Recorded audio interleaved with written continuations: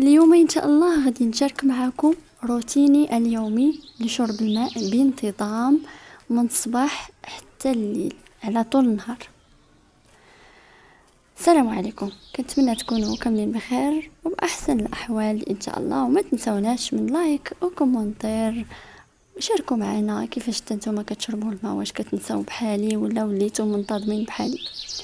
لايكاتكم وكومنتيراتكم وسبسكرايبر اشتراك في القناة باش تكبر العائلة ديالنا.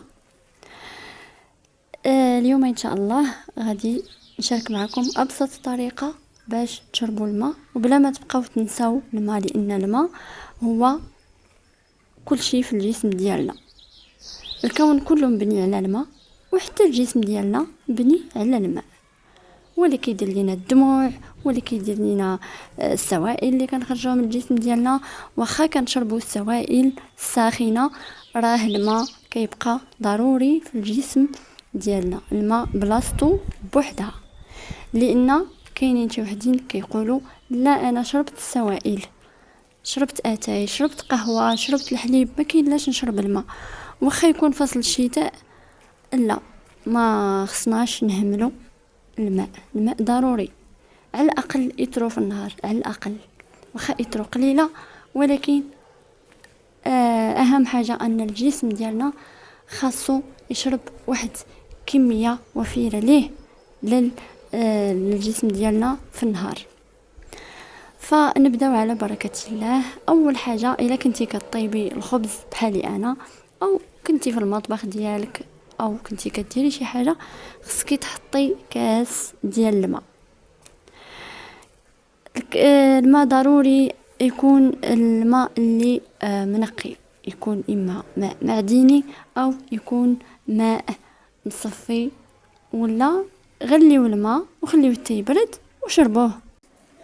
وراه حتى الا ما فيك اللي يغلي الماء وتشربيه، الا ما فيكش اللي يغليه تقدري ديريه غير في القله ديال الطين وديري عليه قزبور حبوب، غير شويه ديال الحبات، شي 4 ولا 5، ولا شي حبات ديال الحلبة، فهكا الماء كيكون مصفي وكيكون جاهز للاستعمال. فإلا ما بغيتيش تبداي تسخني الماء وتسناي حتى يبرد وتسناي عاوتاني باش تشربيه يكون صالح للشرب ويكون ديال الاستعمال، بلا ما تبقي الى عندك القله ديال الطين كافيه وموافيه. كانوا جدودنا كيديروا الماء في الطين، لقيناه كاع في الطين ما كاين ما احسن منه، هو صحي، وحتى الماء اللي كيكون فيه كيولي صحي بحال الا مفلتري. فإلا كنتي كطيبي الخبز او كنتي في المطبخ، غادي تجيبي كاس ديال الماء وتحطيه على جنب باش تشربيه. الا كنتي كتنظفي شي حاجه في المطبخ ديالك، غادي تحطي الماء كذلك كاس ديال الماء يكون مرافق ليك فين ما مشيتي وتشربيه. كنتي جالسه وكتفرجي في التلفازه، غادي تهزي كاس ديال الماء محطوط فوق الطبله عامر وتشربيه، ولا شي قرعه تكون محطوطه، ولا دوك القلات ديال الطين صغارين اللي كيتحطوا فوق الطبله، تعملوها بالماء وتحطوها فوق الطبله وتبقاو تشربوا فيها الماء.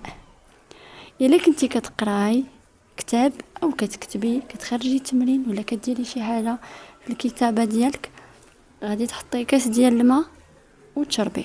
هذه هي احسن طريقه انا معتمده عليها. شاركونا في الكومنتيرات شنو هي الطريقه اللي كديروها نتوما، واش مره كتفكروه مره كتنساوه، واش ما كتحطوش القرعه حداكم ديال الماء، واش كتنساوه كاع نهائيا ما كتشربوش. لان الماء ضروري، ردوا البال لهاد النقطه هذه، دائما ردوا البال، لان الماء ضروري جدا وبزاف. حتى الا بغيتي تنعسي كتحطي كاس ديال الماء، كتغطيه بشي غلاقه، كاس ديال الماء يكون طيني، اولا ماشي ضروري الا ما عندكش الطين، تبارك الله كلشي متوفر الطين في الزوايا ديال البيوت.